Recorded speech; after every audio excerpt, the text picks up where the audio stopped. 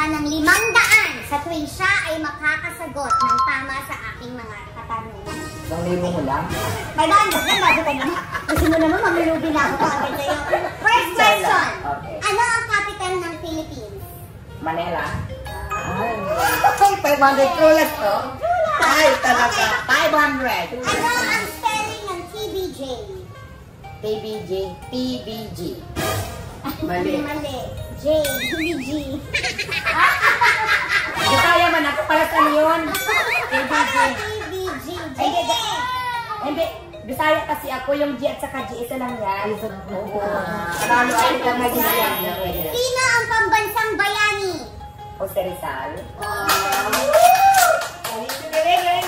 Ano ang unang letra sa apelyido ni Michael V? Michael B. Michael B. Wow! Wala, sana maubos ko yan. Magbigay ng 3 gulay na hindi nabanggit sa bahay kubo.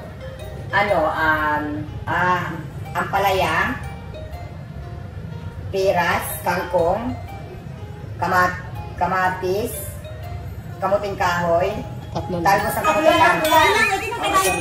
Okay. Sa kantang 10 Little Indians, ilan ang Indians? Isa lang.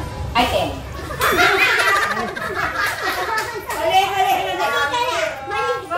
Hindi, nagkamali lang ng bigkas, pero wala na ba? Ano ang kapares ng tapa sa tapsilog?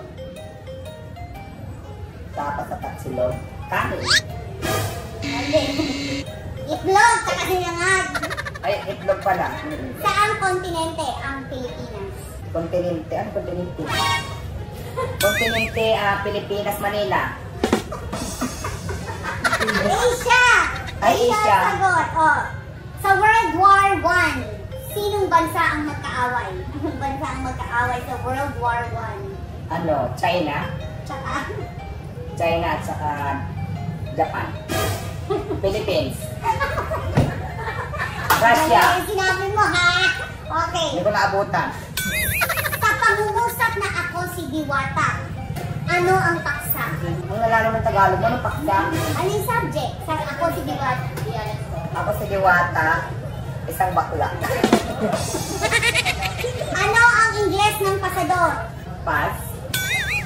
Ang pahirap naman kahit yung mga tanong mo, di pa ako nananalo. Pasador is napkin. Oh. Sinong bayani ang nasa 100 piso? Si ano, tiga lang.